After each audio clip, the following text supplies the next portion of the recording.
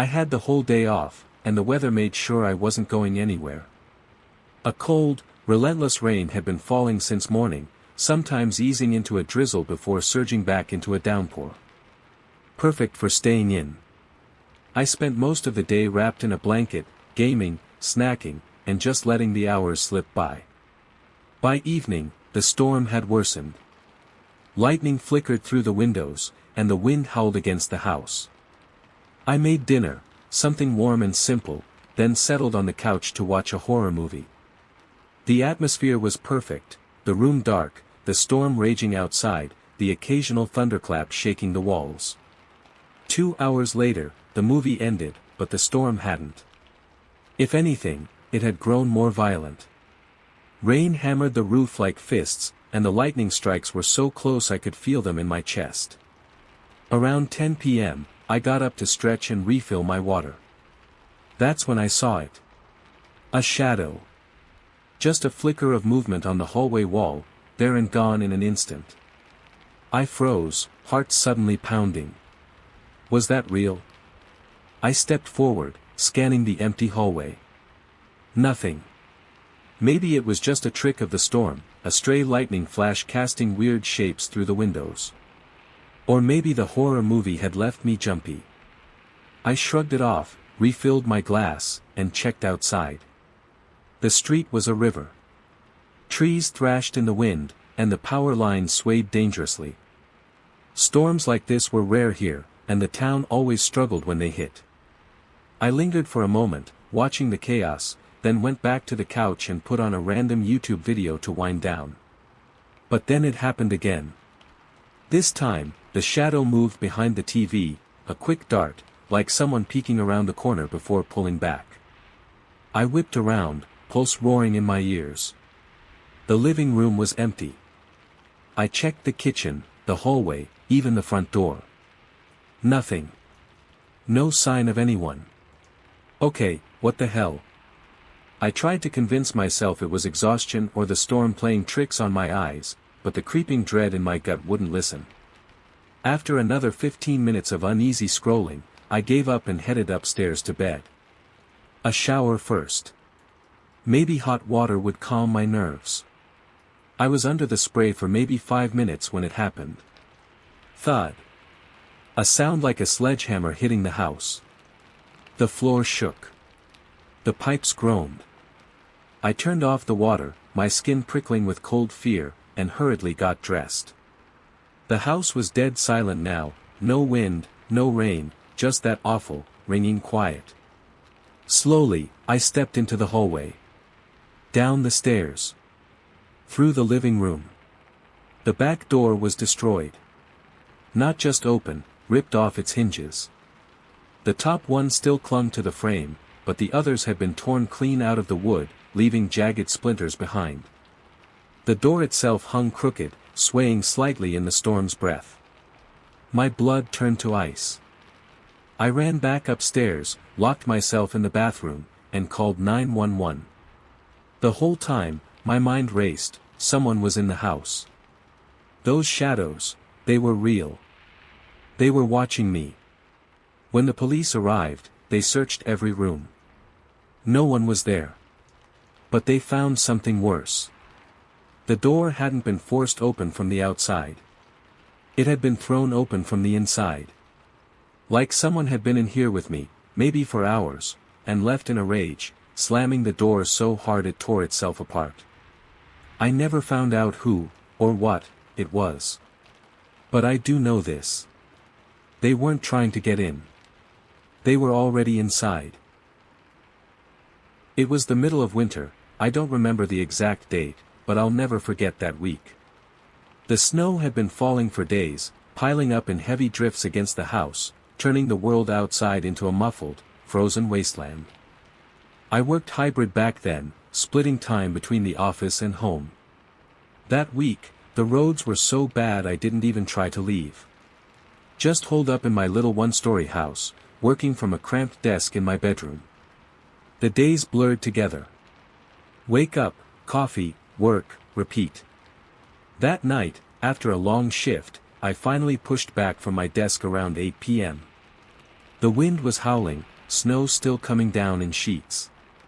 I made dinner, cleaned up, then bundled up to take the trash out. That's when I saw them. Footprints. Not just any footprints, these cut a deliberate path through the snow, right along the side of my house. Everywhere else, the snow lay smooth and untouched.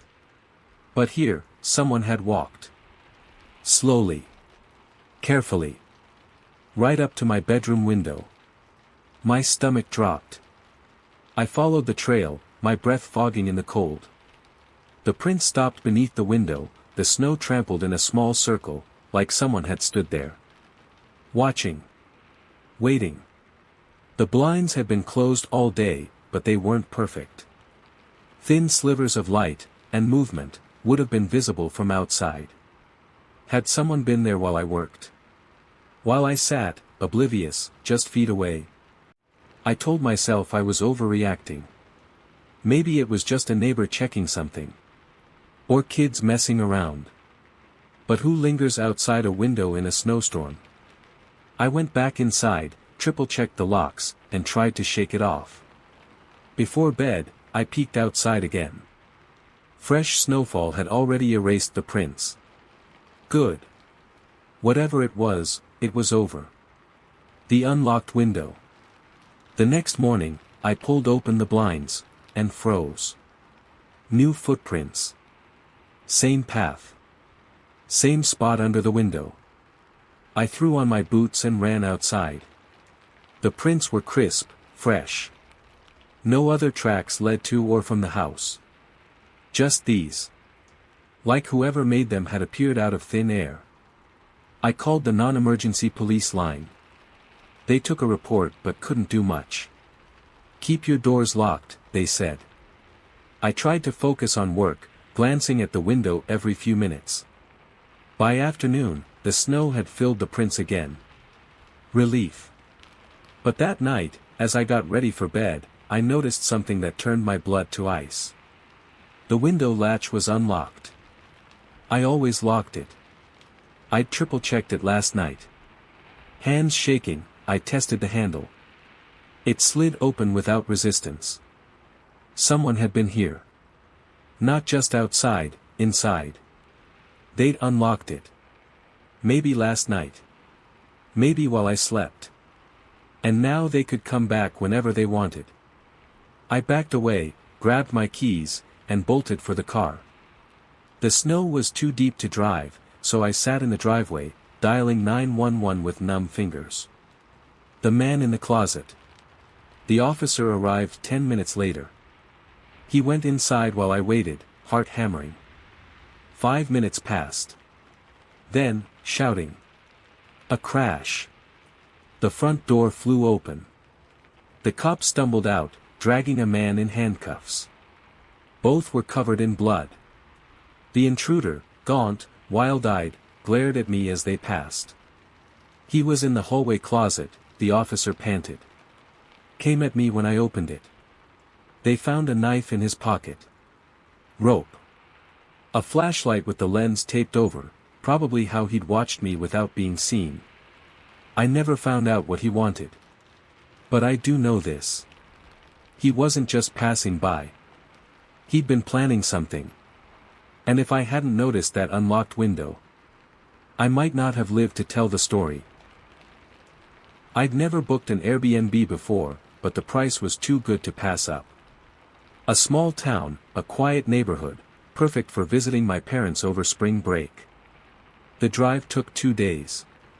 By the time I pulled into the driveway, the sun had dipped below the horizon, leaving the street swallowed in darkness. Something felt off immediately. The neighborhood was too quiet. No streetlights. No cars. No people.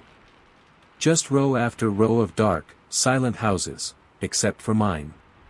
The Airbnb was the only one with lights on. Weird, I thought. Maybe everyone here goes to bed early. I shrugged it off, hauled my bags inside, and settled in.